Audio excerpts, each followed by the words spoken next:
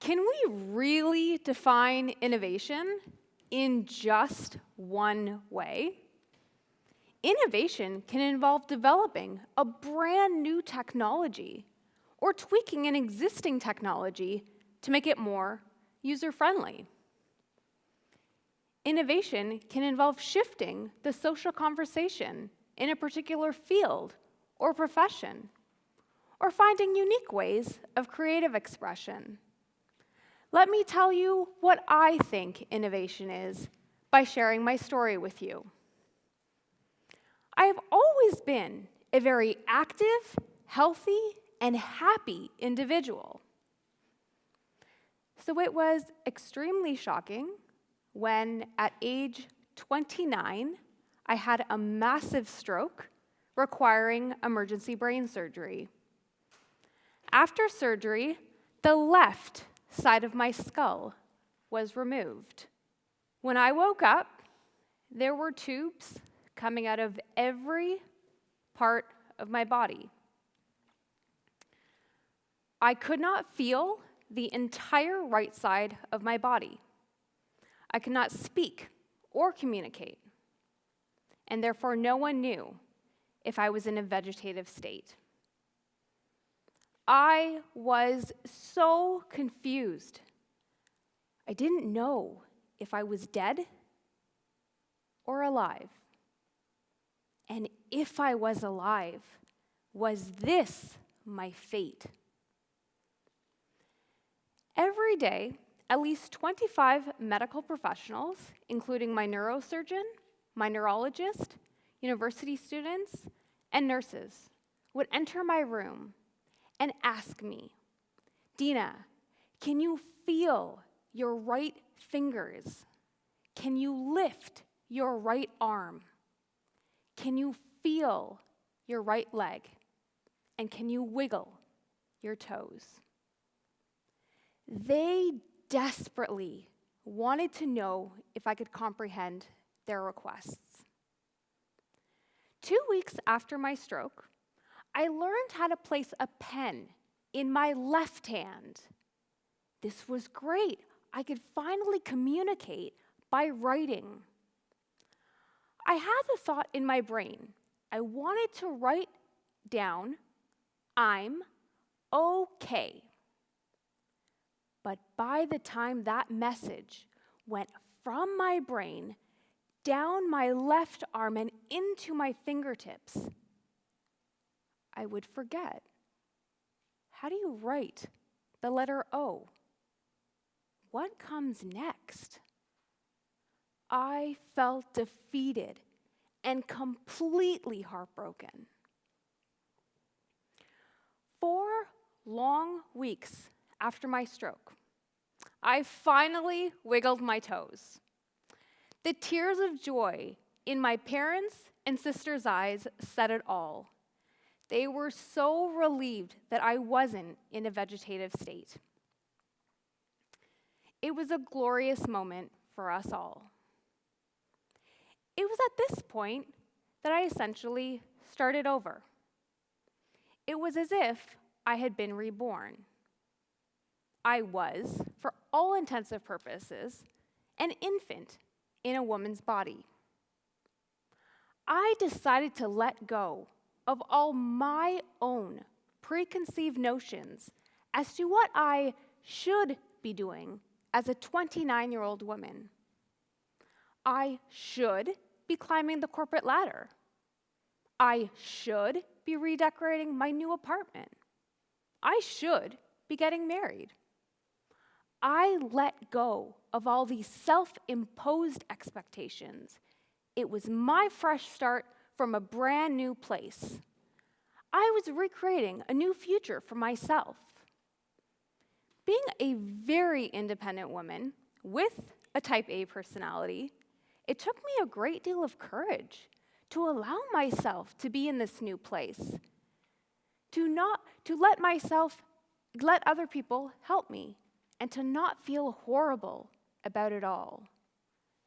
As soon as I embraced my new self, I moved forward at a rapid rate. I became this bright-eyed, excited, naive young girl who took each and every step forward with passion, vigor, and joy. At this point, my challenges were learning how to use the entire right side of my body, learning how to speak again, and reestablishing the connections in my brain. That meant spending hundreds and hundreds of hours with speech therapists, cognitive therapists, occupational therapists, and physiotherapists, day in and day out, without fail. We started with simple tasks, ones that I have always taken for granted. With speech therapy, I only made the first sound out of my mouth 6 weeks after brain surgery. After making sounds, I learned every letter of the alphabet, practicing thousands of times before I got to string those letters together to form small words like dog. For most of my time learning how to speak, I sounded like a robot, void of any personality. Siri sounded more lifelike than I did. I had to relearn how to modulate my pitch and how to use intonation. I am right-handed, but due to the stroke, I had to change and try to use my left hand to do everyday functions, such as brushing my teeth, combing my hair, or feeding myself. Most of the time, more food ended up on the hospital bed or all over me versus in my mouth. There was a great deal of emphasis on cognition. I remember how confusing it was when we would do activities such as pretending to buy a coffee. If my coffee cost me $2.75 and I gave the cashier a $10 bill, would my brain remember to calculate that I should receive $7.25 back from the cashier in order to make that a correct transaction? There were so many things I had to relearn. It was mind-boggling. How on earth do you fathom such challenges? Where do you begin? And how do you persevere despite setbacks? I'll tell you what I did. I allowed myself to dream. When you think of the word challenge, do you hope to just get over the challenge? Merely make it to the other side? But why? Thinking in this way limits our potential and demeans our capabilities. Dreaming allows our minds to wander and find ways to make our dreams come true. I'm not alone in this way of thinking. You've heard from many of my fellow speakers here today. All envision a different way of thinking. To get back to my story, how do I come to stand before you here today? By wiggling my toes. When I first wiggled my toes, I was euphoric and let my mind wander. Being a runner, I knew that every year in October in Toronto, a very popular half marathon event was held. I simply dared to dream that I would run it and I would complete it in good time. I didn't know how I would even get out of bed, let alone walk, but I knew I was going to compete in that race. Dreaming of running became my happy place. It was a limitless place where I would visualize all the steps forward I would take in my journey. Wiggling my toes led to lifting my legs, led to me getting myself into my wheelchair and using my feet to propel me forward. I continued dreaming, never, ever allowing myself to think. What if I don't progress? What if I never walk again? I then realized there is no room for negative thoughts in dreams. If I can dream it, I can do it. Eventually, I was able to stand up on my own, which led to slowly walking with a cane. 4.5 months after my stroke, the left side of my skull was reattached, which meant I could try jogging. With each small step forward, the little woman inside my head did a happy dance. It was glorious. 10 long months after having a stroke, emergency brain surgery, and not knowing if I was alive or dead. 10 long months after, my dreams did come true. I did run the half marathon.